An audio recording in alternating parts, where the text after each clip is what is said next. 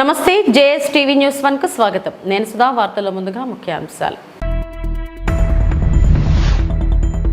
రాష్ట్ర ఎన్నికల ప్రధాన అధికారి ముఖేష్ కుమార్ మీనా చట్టాన్ని చేతులకు తీసుకొని ఇష్టానుసారం నిర్ణయాలు తీసుకుంటున్నారు. మాజీ మంత్రి ఎమ్మెల్యే పేర్ని నాని ధ్వజం. కౌంటింగ్ ప్రక్రియకు పగడ్బందీగా ఏర్పాట్లు.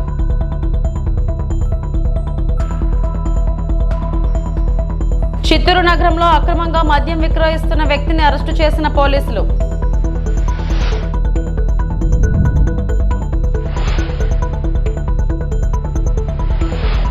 రాష్ట్ర ఎన్నికల ప్రధాన అధికారి సీఈఓ ముఖేష్ కుమార్ మీనా చట్టాన్ని చేతులకు తీసుకొని ఇష్టానుసారం నిర్ణయాలు తీసుకుంటున్నారని మాజీ మంత్రి ఎమ్మెల్యే పేర్ని నాని అన్నారు.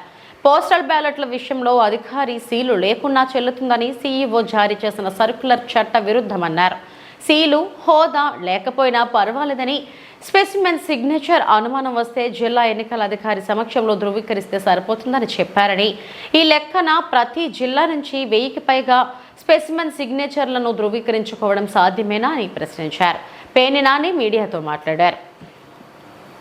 నేను పలానా మెమో ద్వారా సంతకం లేకపోతే కింద డిజిగ్నేషన్ రాయకపోయినా, స్టాంపు లేకపోయినా చెల్లుబాటు చేయండి అని చెప్పి నేను సర్క్యులర్ ఇచ్చాను. దీని మీద నాకు క్లారిఫికేషన్ ఇవ్వండి అని చెప్పని ముఖేష్ కుమార్ మీనా ఢిల్లీకి రాస్తాడు. ఢిల్లీ నుంచి ఆగమేఘాల మీద వెంటనే బ్రహ్మాండంగా బేసిక్గా సంతకాలు ఏం లేకపోయినా కూడా మీరు చేసేయండి అంటాడు. ఒక ఆంధ్రప్రదేశ్కే, భారతదేశంలో మిగతా 28 రాష్ట్రాలకి లేదు ఈ వెసులుబాటు. కేంద్ర ఎన్నికల సంఘం కూడా ఒక్క భారతదేశంలో ఆంధ్ర రాష్ట్రానికి మాత్రమే ఈ వెసులుబాటు. ఉద్యోగం చేస్తున్నాం, ఎన్నికల నిర్వహణ ఇది, నిష్పక్షపాతంగా ఒక జడ్జి కన్నా గొప్పగా పనిచేయాలి, ప్రమాణం చేశామే అనేటువంటి ఈషన్ మాత్రం ఆలోచన కానీ స్పృహ కానీ కూర్చున్న కుర్చీకి ఆ ధర్మాన్ని నిలబెట్టడం కానీ లేని పరిస్థితిలో వీళ్ళు ఈ రకంగా బాధ్యతలను నిర్వర్తించడం. ఎవడేమనుకుంటే మనకేంటి,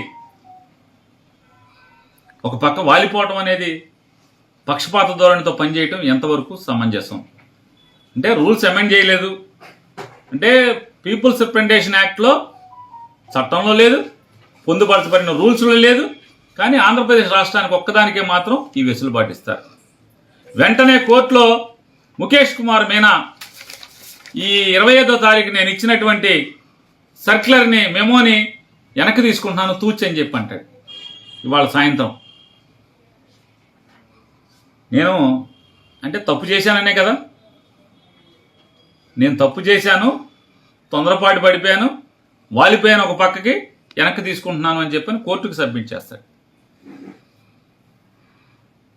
అందుకోసమే మళ్ళీ వీళ్ళు ఏదో ఒక ఎత్తుగడ రాజకీయాల్లో వైకుంఠపాళిలాగా ఎత్తు లేకుండా ఏదో చదరంగంలాగా ఎన్నికల కమిషన్లో పనిచేసేటువంటి ఉద్యోగస్తులు కూడా ఈ రకంగా చదరంగంలో పావులు కదిపినట్టుగా కదిపే పరిస్థితి లేకుండా మళ్ళీ వెంటనే మాడిఫైడ్ లంచ్ మోషన్ని మేము మాడిఫై చేసుకోవడం జరిగింది.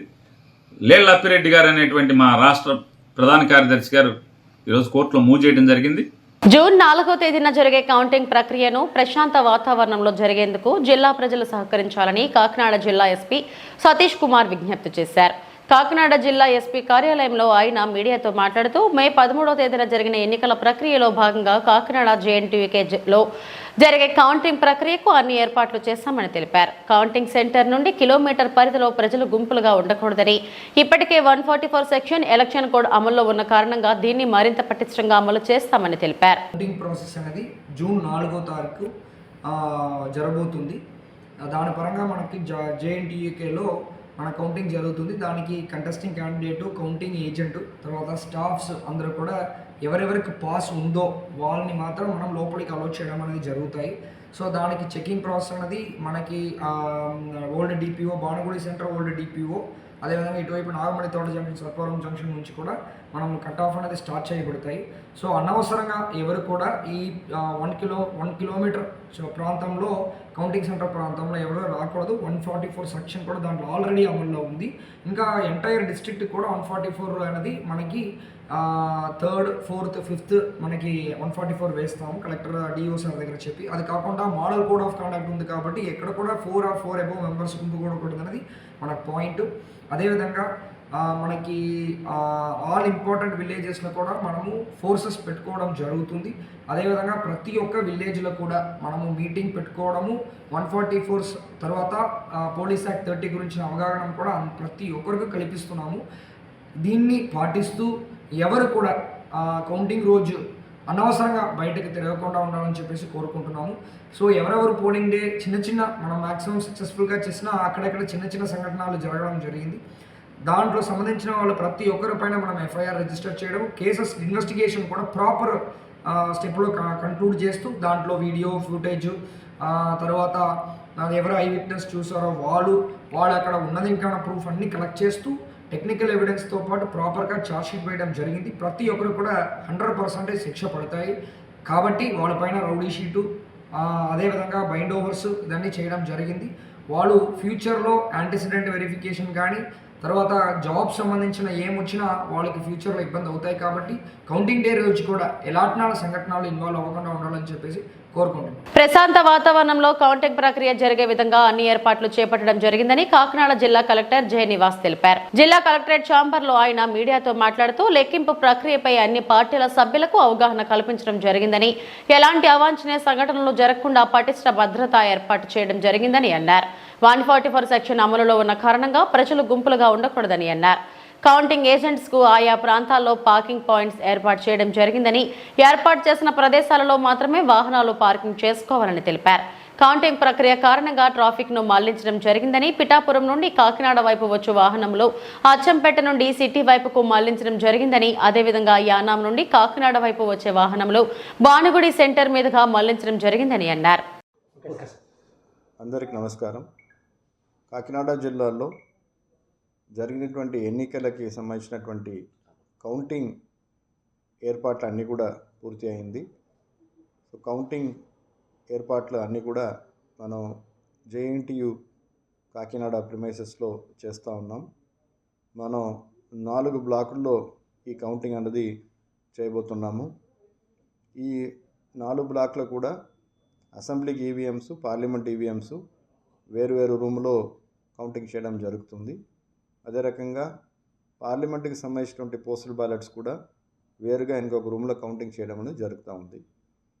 అండ్ ప్రతి ఒక ఈవీఎం కౌంటింగ్ కోసం 14 టేబుల్స్ రూమ్లో పెట్టడం జరిగింది. Both for constituency and assembly segment, parliament assembly segment కూడా 14 టేబుల్స్ మనం పెట్టడం జరిగింది. అండ్ ఈ కౌంటింగ్ ప్రక్రియ అనేది ఆ రోజు 8 గంటలకి మనకు ప్రారంభమవుతుంది. ఈ కౌంటింగ్ అనేది ముందుగా పోస్టల్ బ్యాలెట్ ప్రక్రియతో మొదలవుతుంది. ఈ పోస్టల్ బ్యాలెట్ ప్రక్రియ both parliament, assembly postal ballot ప్రక్రియ 8 గంటలకు స్టార్ట్ అవుతుంది. అదే సమయంలో దెన్ ఒక ½ అన్ అవర్ తర్వాత అసెంబ్లీ కాన్స్టిట్యున్సీకి సంబంధించినటువంటి ఈవీఎం కౌంటింగ్ అనేది స్టార్ట్ అవుతూ ఉంది. ఈ కౌంటింగ్ కోసం మనం ఎవరైతే సిబ్బందిని మనం ఎంపిక చేసి వాళ్ళకి మనం ట్రైనింగ్ ఇస్తున్నాం, ఇప్పుడు వాళ్ళందరూ కూడా ఇప్పుడు ట్రైనింగ్ అవుతున్నారు. అండ్ ఈటీపీబీఎస్ అంటే ఆన్లైన్లో మనకి వస్తున్నటువంటి ఏవైతే పోస్టల్ బ్యాలెట్ విధానం సర్వీస్ ఓటర్స్కి కల్పించారో దానికి సంబంధించినటువంటి ప్రత్యేక మనం ఏర్పాట్లు కూడా అక్కడ స్కానింగ్ కోసం చేయడం అనేది జరిగింది. అలాగే నిన్ననే పొలిటికల్ పార్టీలు క్యాండిడేట్స్ వాళ్ళతో మీటింగ్ పెట్టి ఎన్ని టేబుల్స్ వేయబోతున్నాము, ఎంతమంది ఏజెంట్లు వాళ్ళు అపాయింట్ చేసుకోవచ్చని వివరాలు కూడా వాళ్ళకి తెలియచేయడం జరిగింది. అండ్ జనరల్ పబ్లిక్కి ముఖ్యంగా తెలియచేయాల్సింది ఏమిటంటే, ఆ రోజు ట్రాఫిక్ మనకి డైవర్షన్ ఉంటుంది కాబట్టి ముఖ్యంగా పిఠాపురం నుంచి వచ్చిన వాళ్ళందరూ కూడా అచ్చంపేట నుంచి డైవర్షన్ చేయడం జరుగుతుంది సిటీలో రావడానికి. అదే రకంగా ఇటు సైడ్ కాకినాడ రూరల్ అలాగే ఇట్లా యానం వైపు నుంచి వచ్చినటువంటి వాళ్ళు భానుగుడి జంక్షన్ దగ్గర నుంచి వాళ్ళకి డైవర్షన్ అవ్వడం జరుగుతుంది. కౌంటింగ్ ఏజెంట్ సంబంధించినటువంటి వాహనాలు నాగమల్లి తోట జంక్షన్ దగ్గర ప్రీ వెరిఫికేషన్ అయిన తర్వాత వాళ్ళ కోసం పార్కింగ్ అనేది ఐటీఐ కాకినాడలో జేఎన్టీయూ ఆపోజిట్లో అరేంజ్ చేయడం జరిగింది. అలాగే పెద్దాపురం సంబంధించిన కాన్స్టిట్యూన్సీ సంబంధించింది డిస్ట్రిక్ట్ స్టేడియంలో పక్కనే వాళ్ళకి కావాల్సిన పార్కింగ్ అరేంజ్ చేయడం జరిగింది. కౌంటింగ్ రోజున ఎటువంటి లా అండ్ ఆర్డర్ సిచ్యుయేషన్ రాకుండా ఉండడానికి జిల్లా వ్యాప్తంగా 144 పెట్టడం జరుగుతుంది. అదే రకంగా మరి అక్కడ కౌంటింగ్ సెంటర్లో 3 అంతస్తు భద్రత ఏర్పాట్లు అక్కడ ఉంటాయి. అంటే సిఆర్పిఎఫ్, అలాగా మనం state armed police force plus state civil police force కూడా అక్కడ ఉండడం జరుగుతుంది. ఎవరు కూడా కౌంటింగ్ అయిన అనంతరం జూన్ 9న జగన్ ప్రమాణ స్వీకారం చేస్తే రాజకీయాల నుంచి బయటకు వచ్చి జగన్ ప్రమాణ స్వీకార ఆహ్వాన పోస్టర్లు తిరుపతి నుంచి వైజాగ్ వరకు అంటిస్తానని జనసేన తిరుపతి ఇన్ఛార్జ్ కిరణ్ రాయల్ సవాల్ విసిరారు. తిరుపతిలో ప్రెస్ మీట్ నిర్వహించారు. ఆయన మాట్లాడుతూ సజ్జల మాట్లాడిన మాటలు రాజకీయ విధ్వంసం పెంచే విధంగా ఉన్నాయన్నారు. రాష్ట్రంలో కౌంటింగ్ వద్ద హింసను ప్రేరేపించడం సిగ్గుచేటని అన్నారు. 9వ తారీఖు జగన్మోహన్ రెడ్డి వైజాగ్ లో ప్రమాణ స్వీకారం చేస్తే తిరుపతి నుంచి వైజాగ్ వరకు నా సొంత డబ్బులతో పోస్టర్లు అంటిస్తా నేనే. సవాలు స్వీకరిస్తారా? ఏ వైసీపీ పేటీఎం గారైనా సరే, ఏ వైసీపీ నాయకులు సరే. ఇంత క్లారిటీగా చెప్తున్నాం కదా. ఊరికే హోటల్ బుక్ అయిపోయినాయి, లాడ్జీలు బుక్ అయిపోయినాయి, ట్రైన్లు దొరకడం లేదు. ఎన్ని కావాలి మీకు హోటల్లో లాడ్జీలు చెప్పండి, నేను తీస్తాం. వైజాగ్ లో రూములు బుక్ అయిపోయినాయి. ముందుగా వచ్చేయండి, సముద్రం ఫుల్ అయిపోయింది. రెండవది చెప్తే సముద్రం ఫుల్ అయిపోయింది, ముందు జనం చేయాలంటేనేమో. అదేదో సామెత ఉంది, రూమ్ తగలబడితే ఎవడు ఫిడేల్ వాయించాడట. ఇక్కడ తాడేపల్లి ప్యాలెస్ ఎగిరిపోతా ఉంది. కాలిపోతా అంటే సజ్జల పదం చేస్తున్నాడు. చిత్తూరు నగరంలో అక్రమంగా మద్యం విక్రయిస్తున్న లోకేష్ అనే వ్యక్తిని అరెస్టు చేసినట్లు డీఎస్పీ రాజగోపాల్ రెడ్డి బుధవారం తెలిపారు. ఈ సందర్భంగా ఆయన చిత్తూరు 2 టౌన్ పోలీస్ స్టేషన్లో మాట్లాడారు. సుమారు 1 లక్ష రూపాయలు విలువ చేసే కర్ణాటక మద్యం ప్యాకెట్లను స్వాధీనం చేసుకుని ఓ ద్విచక్ర వాహనాన్ని సీజ్ చేయడం జరిగిందన్నారు. ఎవరైనా అసాంఘిక కార్యకలాపాలకు పాల్పడితే ఉపేక్షించేదే లేదని హెచ్చరించారు. అందరికీ నమస్కారం. ఈ ఎలక్షన్ కమిషన్ ఉత్తర్వుల మేరకు ఈ స్పెషల్ రైడ్స్లో భాగంగా మన చిత్తూరు జిల్లా ఎస్పీ గౌరవనీయ శ్రీ మణికంఠ చందోలు సార్ గారి ఉత్తర్వుల మేరకు ఈ స్పెషల్ టీమ్స్ అన్నీ జిల్లా వ్యాప్తంగా ఫామ్ అయి ఉన్నాయి. ఈ ఎన్ఫోర్స్మెంట్ వర్క్ మీద మాకు ఈరోజు తెల్లవారుజామున రాబడిన ఖచ్చితమైన సమాచారం మేరకు ఈ తేనెబండ సమీపంలో ఈ ముద్దాయి లోకేష్ అరెస్ట్ చేసి అతని వద్ద నుండి 12 బాక్సులు కర్ణాటక మద్యం, ఎన్డీపీఎల్ కర్ణాటక మద్యము దాదాపు 98 లీటర్లు 1 లక్ష రూపాయలు విలువ చేసేది ఇక్కడ మొలబాగల నుంచి తీసుకొని వచ్చి ఇక్కడ కౌంటింగ్ నిమిత్తమై ఎవరికైనా తెలిసిన వాళ్ళకి ఎవరికైనా సేల్స్ అమ్మే నిమిత్తమై తీసుకొని వచ్చి అమ్ముతూ ఉన్నాడు. ఇతన్ని అరెస్ట్ చేసి ఇతని స్వాధీనం నుండి 12 బాక్సుల మద్యాన్ని మన 2 టౌన్ సి ఉసయ్య గారు, తర్వాత ఎస్ఐ ప్రసాద్ గారు, తర్వాత మన ఐడి పార్టీ వీళ్ళు అంతా కూడా కలిసి చేయటం జరిగింది. అట్లే ఇతడు నేర చరిత్ర కూడా గతంలో ఉంది. ఇతడు పూతలపట్టులో గతంలో ఒక రాబరీ కేసులో ముద్దాయిగా ఉన్నాడు. తర్వాత చిత్తూరు 1 టౌన్లో కూడా ఒక 269, 270 కేసులో ఉన్నాడు. అట్లే ఈ 2 టౌన్లో ఒక ట్రాక్టర్ దొంగతనం కేసులో ఉన్నాడు. గతంలో ఈ చిత్తూరు 2 టౌన్లోనే ఇదే ఎక్సైజ్ యాక్ట్ కింద కర్ణాటక మధ్య అమ్ముతుంటే కూడా పట్టుకోవడం జరిగింది. ఇతన్ని ఆల్రెడీ బౌండ్ ఓవర్ కూడా ఎంఆర్ఓ దగ్గర చేయడం జరిగింది. అయినా కానీ కూడా అది బ్రీచ్ అయిపోయి దాన్ని ఉల్లంఘించి చేస్తున్నాడు. కొన్ని అరెస్ట్ చేసి రిమాండ్ చేస్తున్నాం. తర్వాత కూడా ఎంఆర్ఓ దగ్గర ప్రొడ్యూస్ చేసి అతన్ని మేము బౌండ్ ఓవర్ 1 lakh చేశాము. ఆ అమౌంట్ కూడా మేము గవర్నమెంట్కు కట్టించే ప్రయత్నం అయితే చేస్తాం. ఇతనిపై సీటు కూడా తిరగడం జరుగుతూ ఉంది. ప్రజలందరికీ ఒకటే చెప్తా ఉన్నాము, మాకు దయచేసి ఈ 3 రోజులు ప్రభుత్వం మద్యం 3, 4, 5 తేదీలు ఆల్రెడీ బంద్ అని ఇచ్చారు. కాబట్టి ఇట్లా అక్రమ మద్యం వ్యాపారస్తులు లాభం కొరకని వాళ్ళు కర్ణాటక నుంచి మద్యం తెప్పి కాకినాడ జిల్లా పిఠాపురం నియోజకవర్గం సముద్రం కోతకు గురైన మత్స్యకార కుటుంబాలను పరామర్శించిన జనసేన పార్టీ కాకినాడ జిల్లా అధ్యక్షులు తుమ్మల బాబు మరియు జనసేన పార్టీ కోఆర్డినేటర్ మార్రెడ్డి శ్రీనివాస్. ఉప్పాడ కొత్తపల్లి మండలం ఉప్పాడ తీర ప్రాంతం నందు అలల తీవ్రతకు కొన్ని ఇళ్లు కోతకు గురై నేలమట్టమైన ఇళ్లను వారి కుటుంబాలను జనసేన పార్టీ అధినేత శ్రీ కొణితెల పవన్ కళ్యాణ్ ఆదేశానుసారం జనసేన పార్టీ కాకినాడ జిల్లా అధ్యక్షులు తుమ్మల బాబు, జనసేన పార్టీ కోఆర్డినేటర్ మార్రెడ్డి శ్రీనివాస్ పరామర్శించి జనసేన పార్టీ మీకు అండగా ఉంటుందని భరోసా ఇచ్చారు. సముద్ర కోతకు గురై ఇళ్లతో పాటు సర్వం కోల్పోయిన ప్రతి కుటుంబానికి జనసేన పార్టీ ముందుండి మీ కష్టాల్లో పాలు పంచుకుంటుందని తుమ్మల బాబు హామీ ఇచ్చారు.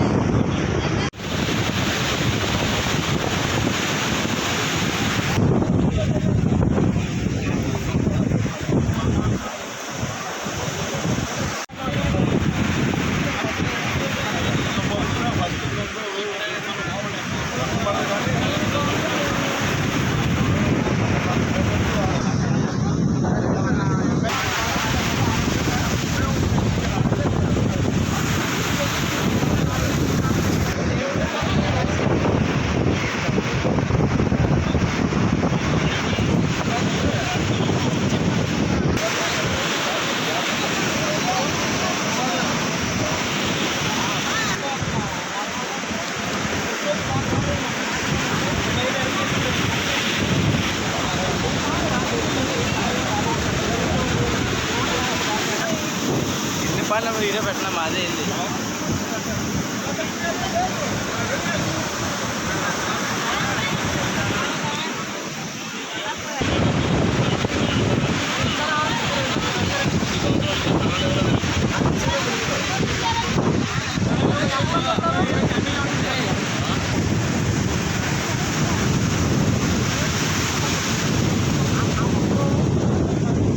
ఉప్పాడ ప్రాంతంలో ఇటీవల వచ్చిన తుఫానుకి కోతకు గురైనటువంటి ఈ ప్రాంతానంతా పరిశీలించడం జరిగింది.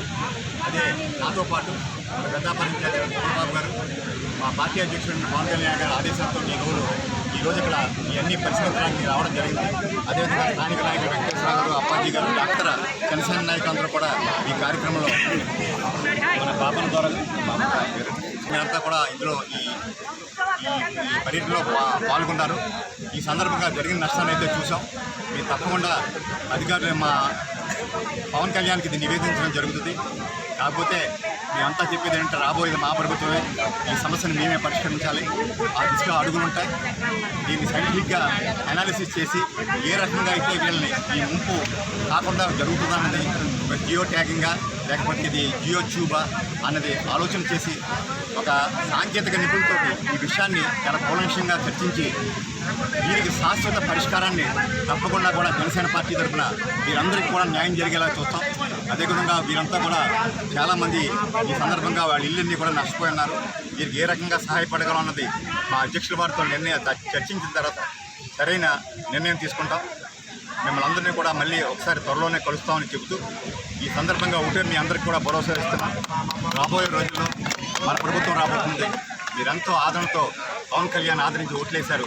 ఆ విషయం మీ అంతగా మనకు స్పష్టంగా తెలుస్తుంది. తప్పకుండా ఈ సమస్యకి శాశ్వత పరిష్కారం జనసేన పార్టీ తరఫున ఏదైతే రాష్ట్రంలో ఏర్పడబోతుందో ఉమ్మడి ఎన్డీఏ ప్రభుత్వం, దాని ద్వారా మీ సమస్యకు పరిష్కారం లభిస్తుందని మీ అంతా కూడా ఆశాభావం వ్యక్తం చేశారు. వైఎస్ జగన్మోహన్ రెడ్డి మరోసారి ముఖ్యమంత్రి కాబోతున్నారని మంత్రి మేరుగ నాగార్జున పేర్కొన్నారు. సీఎం వైఎస్ జగన్ వైజాగ్లో ప్రమాణ స్వీకారం చేయబోతున్నారన్న దుగ్ధతో మాపై విషం కక్కుతున్నారని చంద్రబాబు రామోజులపై మంత్రి ఆగ్రహం వ్యక్తం చేశారు. గురువారం మంత్రి మేరుగ నాగార్జున మీడియాతో మాట్లాడారు. వైఎస్ఆర్సీపీ గెలుస్తుందన్న భయంతో టీడీపీ ఆరోపణలు చేస్తుందని మంత్రి మండిపడ్డారు. అసైన్ భూములను కొట్టేయటానికి ప్లాన్ చేశారంటూ రామోజీ తప్పుడు వార్తలు చేశారని ఆయన తీవ్రంగా ఖండించారు. అసలు రామోజీ ఫిలిం సిటీని అసైన్ భూములు ఆక్రమించి కట్టలేదా? ఆ ఆక్రమణల గురించి నీ పత్రికలో ఎందుకు రాయలేదని మంత్రి నిలదీశారు. మా ప్రభుత్వం చట్టానికి అనుగుణంగానే పనిచేస్తుందని పేర్కొన్నారు. చంద్రబాబు దళితుల భూములను కొట్టేసినట్టు తప్పుడు పనులు చేయమని స్పష్టం చేశారు. కుట్రపూరితంగా వ్యవహరించడం, అమరావతిలో చంద్రబాబు దళితులకు అన్యాయం చేసిన తీరు దేశమంతా తెలుసని గుర్తు చేశారు. సీఎం వైఎస్ జగన్ నా ఎస్సీలు, నా ఎస్టీలు, నా బీసీలు, నా మైనారిటీలు అంటూ హక్కున చేర్చుకున్నారు. చంద్రబాబు, రామోజీ ఏనాడు దళితుల బాగోగుల గురించి ఆలోచించారని, వారిద్దరూ దళిత వ్యతిరేకులని దుయ్యబట్టారు. వెర్రి కూతలు, వెర్రి వేషాలు వేసే ముందు వాస్తవాలు గ్రహించాలని మంత్రి మేరుగ నాగార్జున హెచ్చరించారు. ఆలోచన తప్ప తెలుగుదేశం పార్టీకి కానీ, తెలుగుదేశం పార్టీకి సపోర్ట్ చేస్తున్నటువంటి మీడియా సంస్థలు కానీ ఎక్కడా వెనుకాటల్లా. ఇదిగో లక్షల ఎకరాల అసైన్మెంట్ భూములు కొట్టేసేందుకు కుట్ర అంట. నేను అడుగుతా ఉన్నా, సిగ్గట్టా లేదు ఈ పత్రిక యజమానికి అడుగుతా ఉన్నా. దేశంలో పర్టికులర్ గా కంబైన్డ్ రాష్ట్రంలో ఆంధ్రప్రదేశ్ రామోజీ ఫిల్మ్ సిటీకి సంబంధించి నీ ఫిల్మ్ సిటీలో దళితుల భూములున్నాయి, నువ్వు అప్పళంగా కొట్టేశావు. ఏ రోజన్నా నువ్వు ఈ పత్రికలో ఎందుకు రాయలేకపోయావని అడుగుతా ఉన్నా. జగన్మోహన్ రెడ్డి గారు అసైన్మెంట్ చట్టాన్ని తీసుకుంది ఆషామాషిగా తీసుకోలా. 2003కి ముందు 20 సంవత్సరాలకు ముందు ఏ దళితుడైతే భూమిని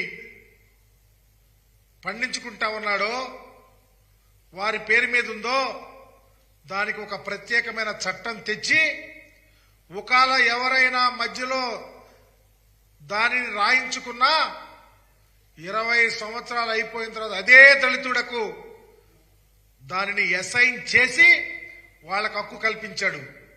మీరు రాసిన వెర్రి రాతలకు ఎవరో వాళ్ళు చేయించుకున్నారు, వీళ్ళు చేయించుకున్నారు, లేకపోతే అని చెప్పి రాస్తే అవి కాదు. 20 years కంప్లీట్ అవ్వాలా. మరలా ఏ దళితుడికైతే అసైన్ చేసిందో ఆ దళితుల పేరు మీద వస్తే వాళ్ళు అమ్ముకోవచ్చు, ఎవరైనా కొనుక్కోవచ్చు. ఏదో నాగార్జున ఇంకొకళ్ళో రాయించుకున్నారు చెప్తా ఉన్నారే, అవన్నీ అభూత కల్పనలు. మేము చెప్తా ఉన్నాం, ఎవరు రాయించుకున్నా చట్టానికి లోబడి రిజిస్ట్రేషన్ అవ్వాల్సిందే. మీకులాగా రాజధాని ప్రాంతంలో చంద్రబాబు నువ్వు నీ అంటుకో 4,000 కోట్ల రూపాయలు ఖరీదు చేసే దగ్గర 1,100 ఎకరాలు మీరు రాయించుకున్నారే.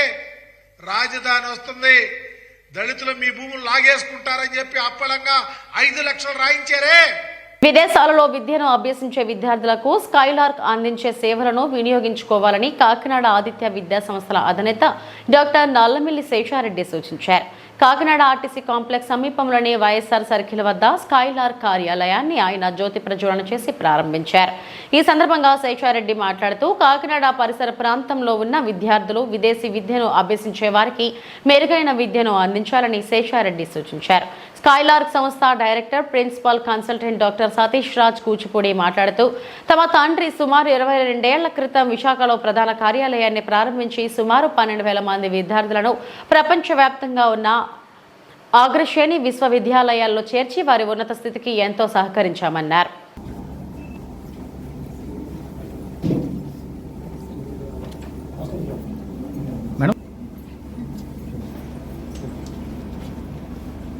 ఓపెనింగ్ తీసాం కదా క్యాండిల్ వద్దు సార్. సార్ అలా ఒకసారి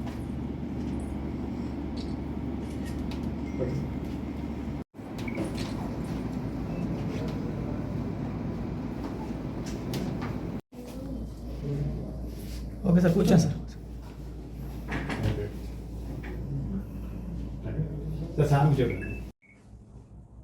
మన కాకినాడ నగరంలో ఒక ముఖ్యమైన రోజుగా నేను భావిస్తూ ఉన్నాను. ఇంచేతనంటే కాకినాడలో అనేక విద్యా సంస్థలు ఉన్నాయి,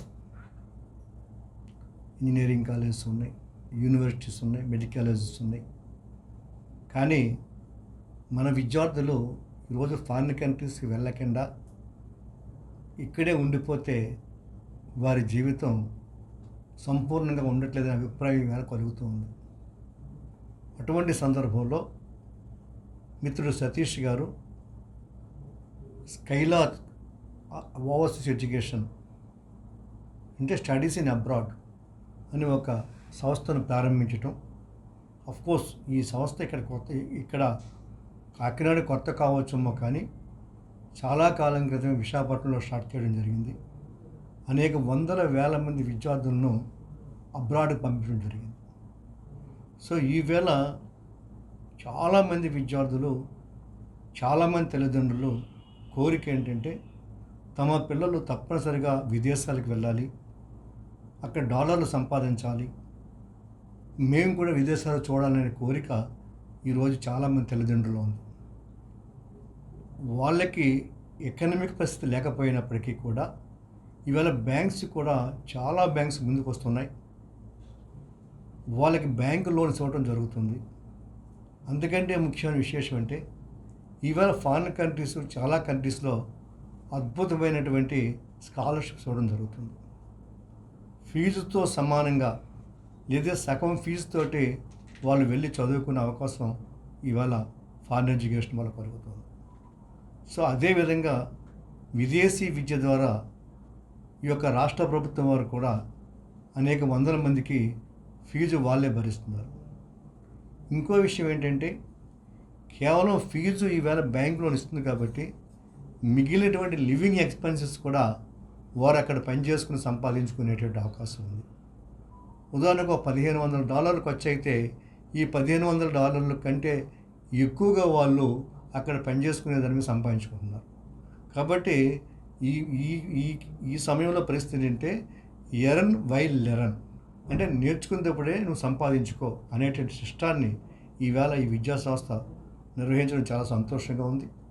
ఈ సంస్థను ఇక్కడ కాకినాడలో ప్రారంభించేందుకు సంతోషంగా ఉందని తెలియజేసుకుంటూ, తప్పనిసరిగా మిత్రుడు సతీష్ వారి యొక్క ఈ ఫ్యామిలీ అంతా కూడా సక్సెస్ కావాలని మనస్ఫూర్తిగా హృదయపూర్వకంగా ఆశిస్తూ ఆస్వాదిస్తూ అందరికీ నమస్కారాలు.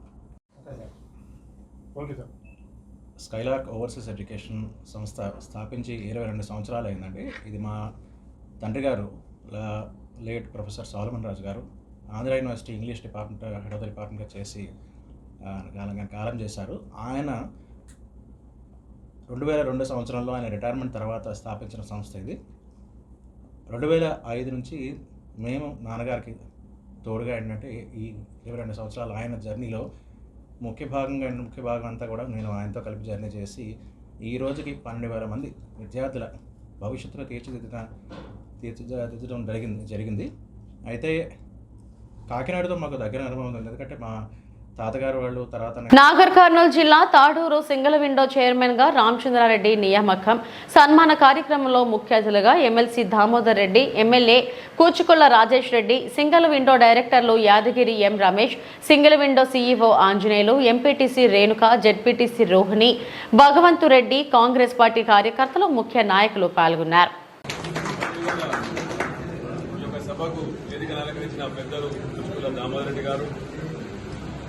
ఎంపీటీసీ రోహిణి గోవర్ధన్ రెడ్డి గారు, ఎంపీటీసీ రేణుక మల్లయ్య గారు, పెద్దలు భగవంత్ రెడ్డి గారు, వైస్ చైర్మన్ వెంకరెడ్డి గారు, ఇక్కడ విచ్చేసిన తాడూరు మండల నాయకులకు, మిత్రులకు, డైరెక్టర్లకు ప్రతి ఒక్కరికి పేరు పేరున నా హృదయపూర్వక నమస్కారం. మన ప్రభుత్వం వచ్చిన తర్వాత, మనం ఎమ్మెల్యే అయిన తర్వాత, ఎలక్షన్ ముందు మన Congress party Tadur cooperative society అధ్యక్షుడిగా యునానిమస్గా ఎన్నికైన రామచంద్రారెడ్డికి శుభాకాంక్షలు తెలియజేస్తూ, అదేవిధంగా వారిని ఎన్నుకున్నటువంటి డైరెక్టర్ కూడా శుభాకాంక్షలు తెలియజేస్తూ, అదేవిధంగా వేదిక పెట్టినటువంటి శాసనసభ్యులు రాజేష్ రెడ్డి గారు, భగవంత్ రెడ్డి గారు, ఇంగ్లీష్లో వెంకటరెడ్డి గారు, వైస్ ప్రెసిడెంట్ వెంకటరెడ్డి గారు, గోరినమ్మ గారు, జెడ్పీటీసీ, ఎంపీటీసీ మల్లయ్య రేణుక గారు, ఇక్కడ వేసేసినటువంటి తాడూరు మండల నాయకులు, సోదరి మండలందరికీ కూడా పేరు పేరున ధన్యవాదాలు. ముఖ్యంగా సొసైటీ అనేది మన మీద సంపాదించుకోవాలి, మన మీద అధికారం అనేది కాదు. ముఖ్యంగా మన ప్రాంతం అంతా రైతులపై ఆధారపడినటువంటి ప్రాంతం ఇది.